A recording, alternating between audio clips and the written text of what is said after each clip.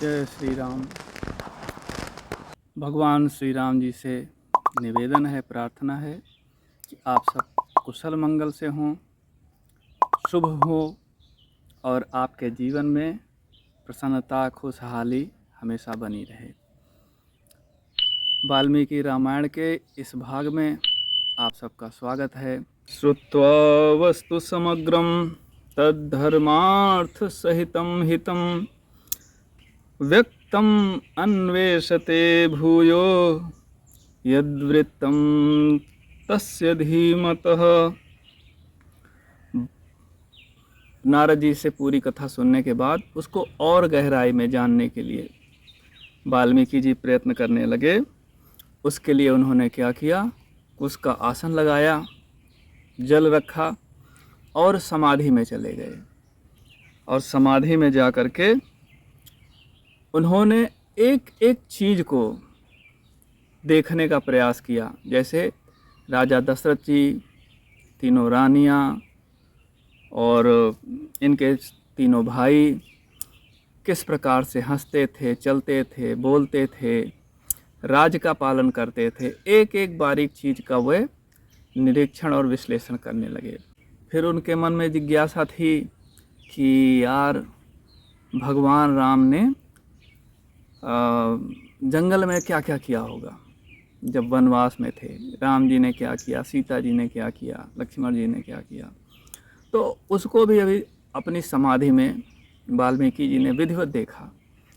फिर इसके बाद जब जीवन वृत्त से परिचित हो गए तो वाल्मीकि जी इस बात का प्रयास करने लगे कि राम जी के इस ग्रंथ को इतना सुंदर बनाया जाए कि यह सब के लिए बहुत प्रिय हो। हम आप छोटी सी रील बनाते हैं तो कोशिश करते हैं कि यह वायरल हो जाए, इतनी अच्छी बने, और अपनी पूरी कोशिश लगाते भी हैं।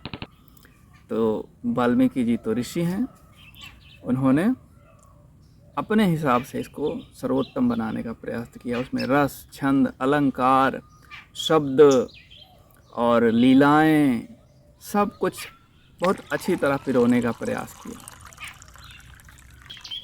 ऋषि मुनि जब किसी ग्रंथ की रचना करते हैं तो वो इस बात का ध्यान रखते हैं कि यह ग्रंथ इतना अच्छा हो कि इहलोक में भी काम करे और परलोक में भी काम करे, तन को प्रसन्न करे, मन को प्रसन्न करे और उस परमात्मा को भी प्रसन्न करे। ये सारे फल उसमें मिलने चाहिए।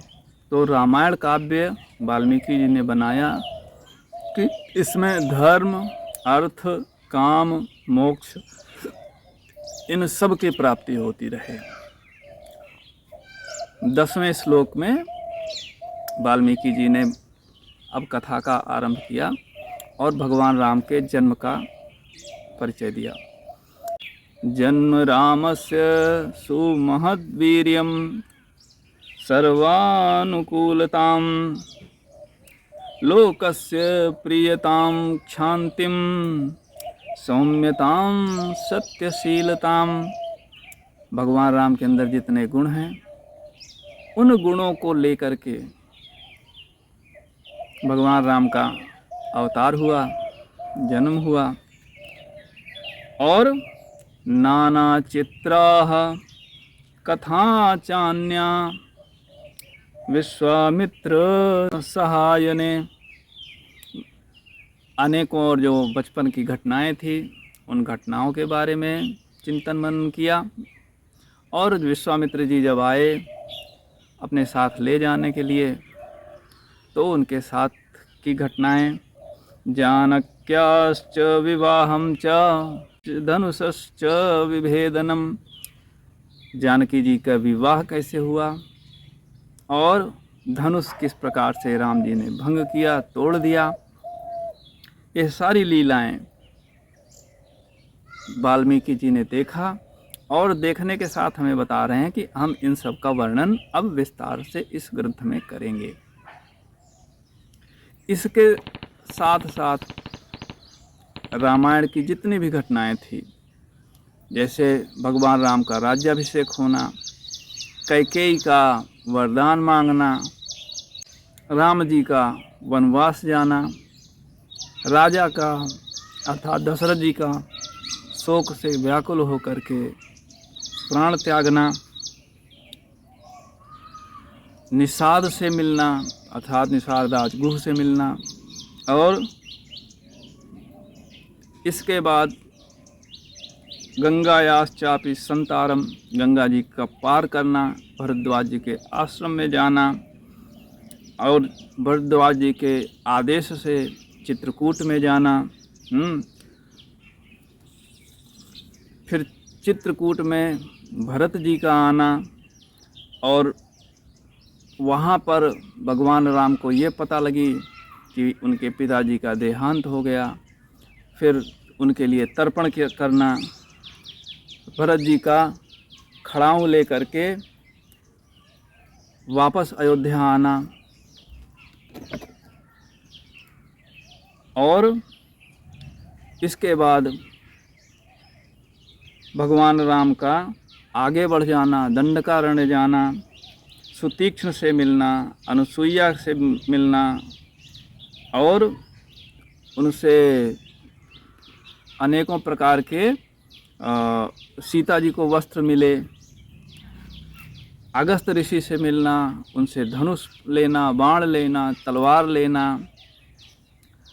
वो 2 तरकस लेना, फिर सुपर्णखा का संवाद और खरदूषण का संवाद, इसके बाद रावण का आना, रावण के द्वारा सीता जी का हरण करना, जटायु का रावण से युद्ध, फिर इसके बाद में कबंध का वध करना, हनुमान जी का पंपा नदी के किनारे पर मिलना, सुग्रीव से मैत्री होना और इससे पहले सबरी जी का दर्शन करना। ये जितनी घटनाएं हुई, इन सब को वाल्मीकि जी ने एक क्रम से हमें अपने इन श्लोकों में गा करके बताया है। वाली प्रमथनम चैव सुग्रीव प्रतिपादनम, तारा विलापम समयम वर्षरात्र निवासनम। वाली का वध किया, सुग्रीव का राज तिलक किया।